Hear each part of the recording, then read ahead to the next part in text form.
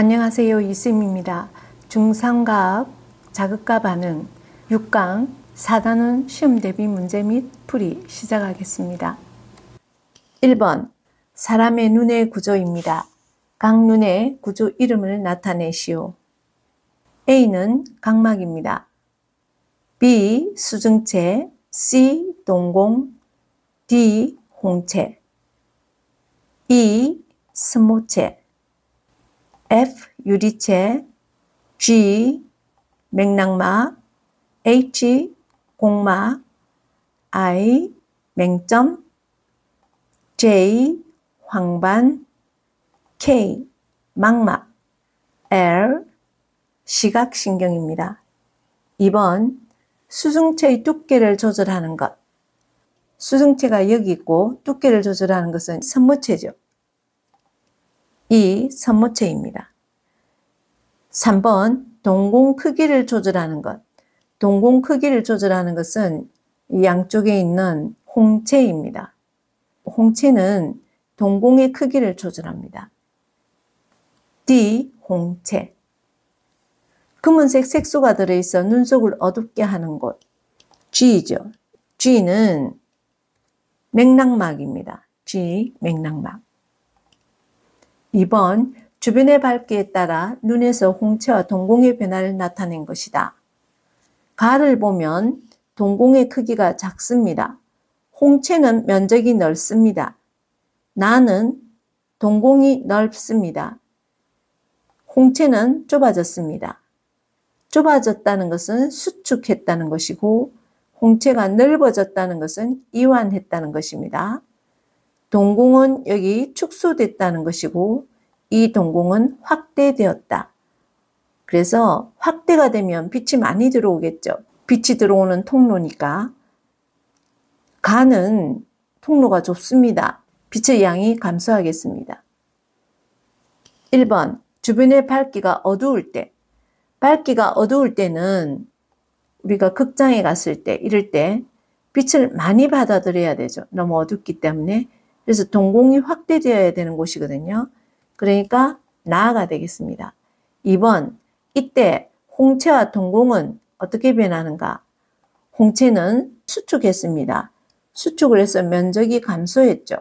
동공은 확대되었습니다. 빛의 양 증가합니다. 3번 밝을 때 홍채와 동공의 변화는 밝을 때는 이때겠죠.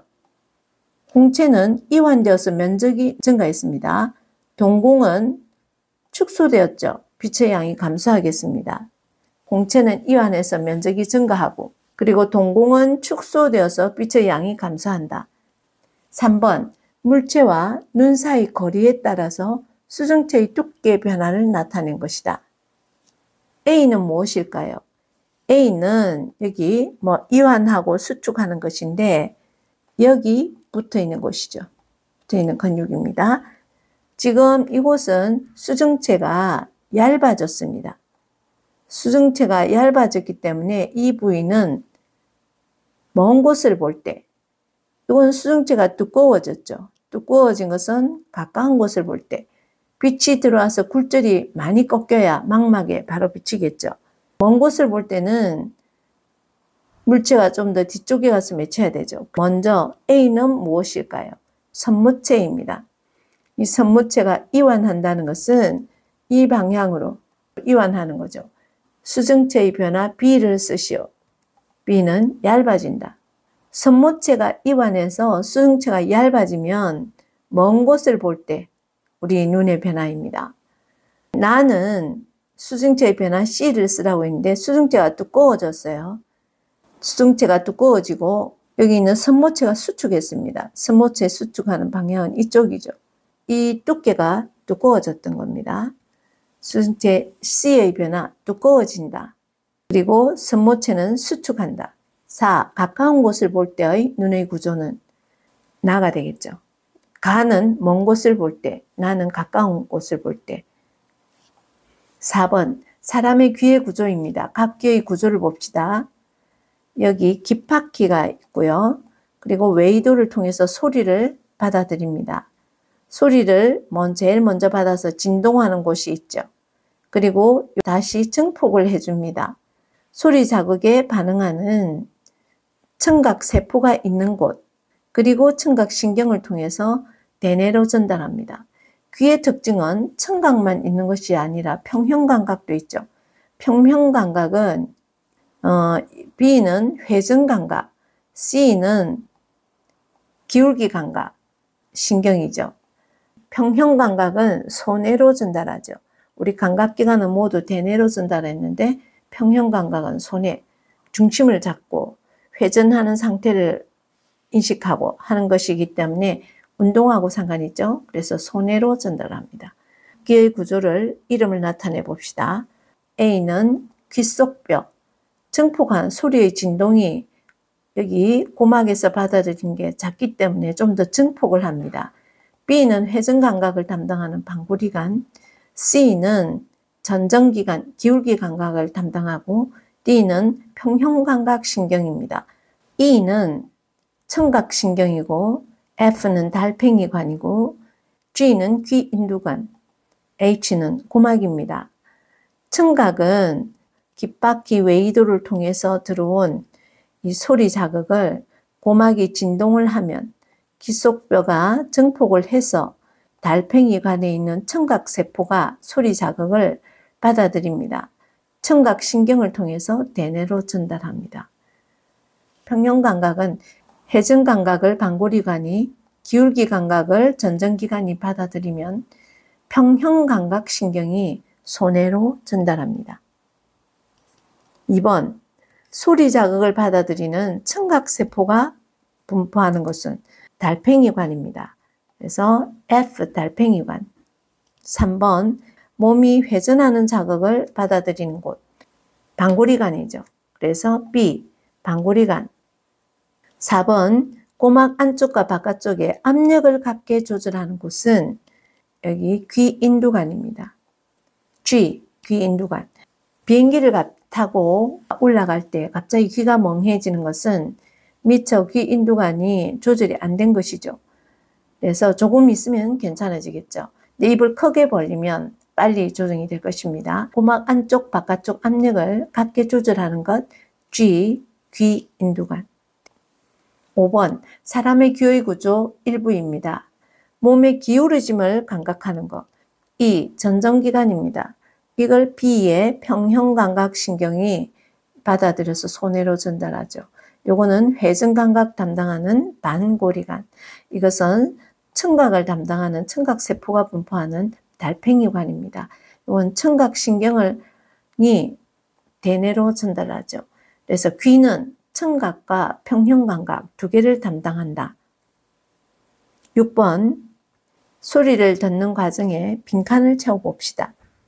소리를 귓바퀴가 받아들이면 웨이도를 통해서 고막에 도달합니다. 고막에 도달한 이 소리는 귓속뼈를 통해서 증폭이 되죠. 증폭이 되면 청각세포가 반응을 하는데 이 청각세포가 있는 곳이 달팽이관입니다. 달팽이관의 청각세포가 소리 자극을 받아들이면 청각신경이 대뇌로 전달합니다. 7번, 사람의 코의 구조 중 일부입니다. 코 속에 위층에 이 부분이 있습니다. 이걸 확대한 것이 이것입니다. 점액이 있는 이 세포층이 후각상피, C가 후각상피인데 이 속에 후각세포들이 이렇게 많이 들어 있습니다. 이 B가 후각세포죠. 근데 이 후각세포가 받아들인 자극을 여기 후각신경, 이 후각신경들이 대뇌로 전달합니다. 먼저 이 후각상피에서 후각세포가 기체 상태의 물질을 받아들입니다. 이 기체 상태의 물질을 받아들이면 후각세포가 반응을 해서 후각신경을 통해서 뇌로 전달하는 것이죠. A, C 중에서 냄새 자극을 받아들이는 감각세포, 바로 B의 후각세포입니다. 후각세포는 후각상피에 있습니다. 8번, 후각에 대한 설명으로 옳지 않은 것은 1. 다른 감각에 비해 후각은 매우 민감한 감각이다. 쉽게 피로해집니다. 2번, 후각세포가 모여있고 점액질의 세포층, 후각상피, 맞죠? 기체 상태의 화학물질을 자극으로 받아들입니다. 코에서 느낀 냄새의 종류는 5가지 아니죠. 혀에서 느끼는 맛의 종류가 기본 맛 5가지. 그리고 피부에서 감각점의 개수 5가지죠. 근데 코는 아닙니다. 이게 4번이 틀렸습니다. 5번 후각세포에서 받아들인 자극은 후각신경을 통해서 대뇌로 전달한다. 맞습니다. 4번 정답. 9번 혀의 구조 중 일부입니다. 1번 각 혀의 구조 이름을 나타내시오. 혀에는 많은 유두가 있습니다. 그 유두를 확대해 보면 옆면에 이렇게 맛봉우리가 굉장히 많이 있습니다. 이 사각형 안에 있던 이 부분이 맛봉우리입니다. 무수히 많은 맛봉우리가 있는데 그 맛봉우리 속에 여기 C가 맛봉우리겠죠. 이 세포들이 많이 있습니다. 이 A가 맛세포입니다.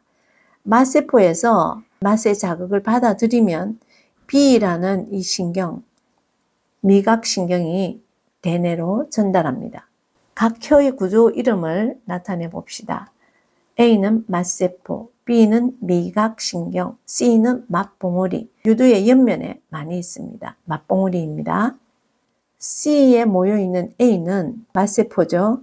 이 맛세포는 무엇을 자극으로 받아들인가? 코는 후각세포에서 기체 상태의 물질을 받아들이는데 혀는 액체 상태의 화학물질이죠. 그래서 액체 상태의 화학물질.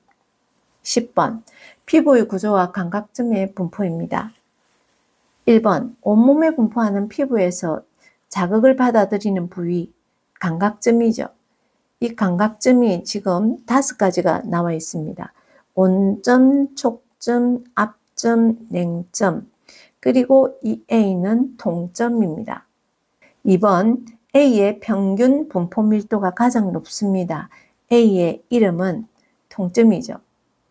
평균 분포 밀도를 순서대로 나타내 보면 가장 높은 것이 통점, 그 다음이 압점, 다음이 촉점, 냉점, 온점, 온점이 가장 적습니다.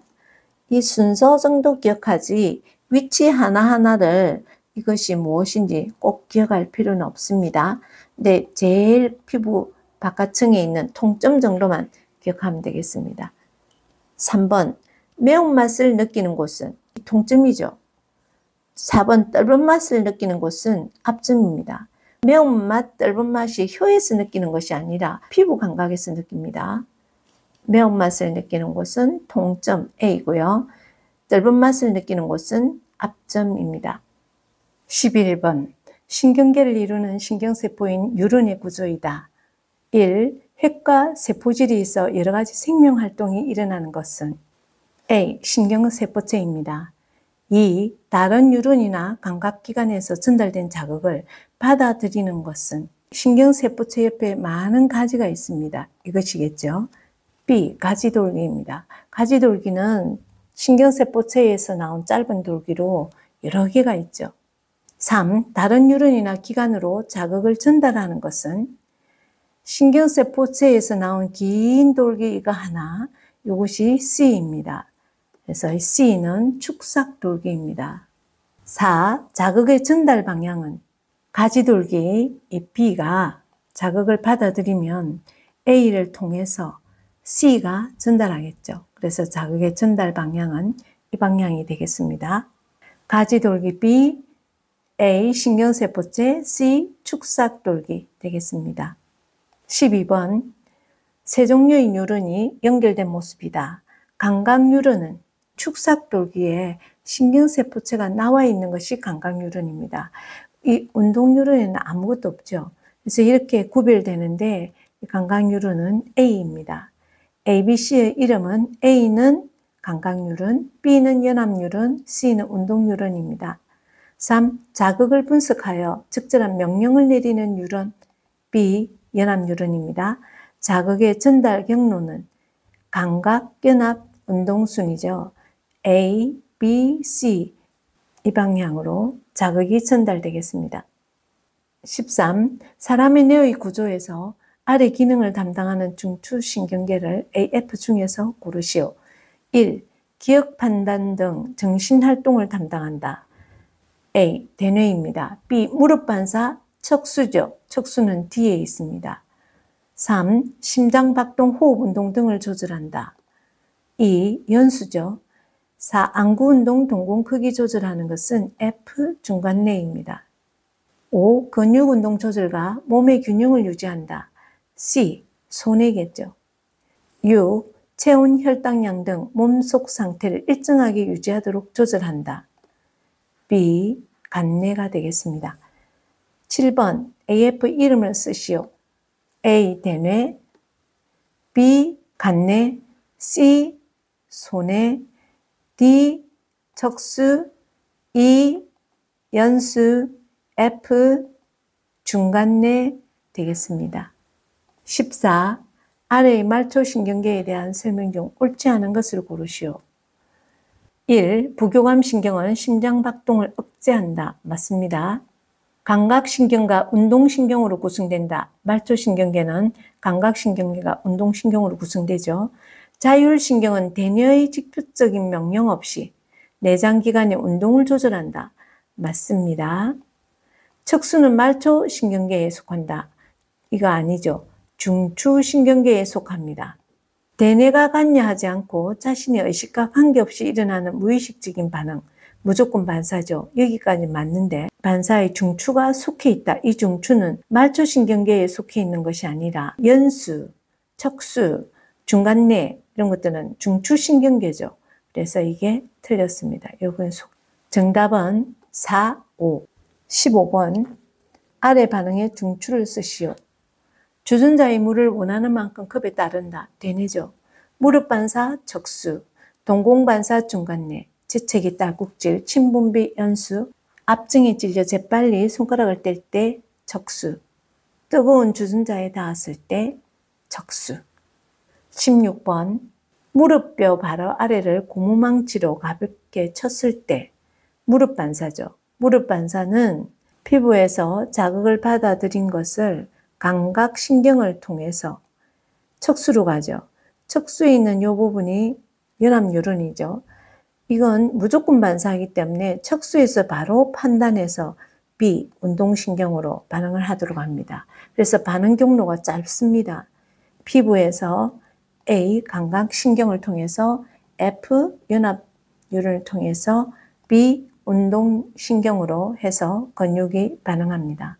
무조건 반사는 의식적 반응에 비해 반응 속도가 빠릅니다. 지금 여기에서 척수를 통해서 대뇌에 갔다가 대뇌의 연합뉴런의 명령을 판단을 받고서 명령을 받아서 이렇게 오게 되면 요만큼 경로가 더 길어지니까 반응 속도가 매우 느리겠죠.